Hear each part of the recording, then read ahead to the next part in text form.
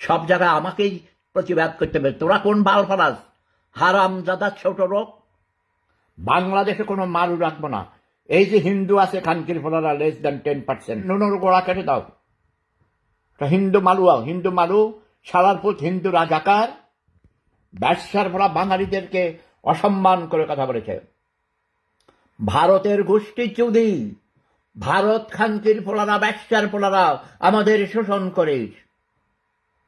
পাকিস্তান 24 বছরে যত শোষণ করে নাই, এই ভারতের এই কুত্তার বাচ্চারা 24 ঘন্টায় তার থেকে 1000 গুণ লুটপাট করে নিয়েছে বাংলাদেশ স্বাধীন হওয়ার আগ মুহূর্তে এবং পরেও এখনো শোষণ করছে।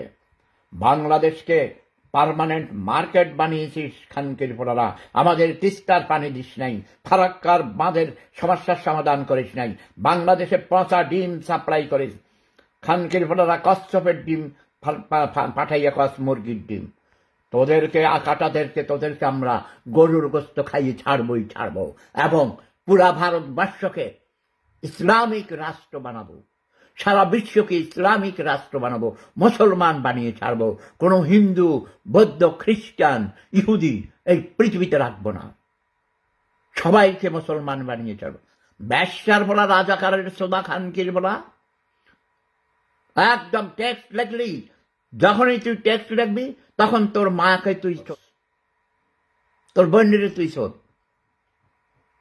খানকির বলা সুন্দর করে কথা বলতেছি, টেক্সট আওয়াজ আপনি প্রতিবাদ করেন। খানকির ফোলা তুই কোন ভাল পালাস?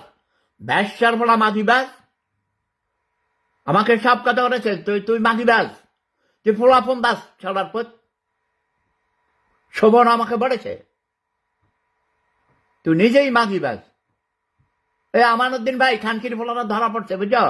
বাংলাদেশে বাম রাজনীতি করে বাসদ টাসদ। খানকির ফোলারা গরিব, অফিসের মধ্যে ধাড়ি বিছাইয়া হোকলা বিছাইয়া শুয়ে থাকে, গণবিছনা।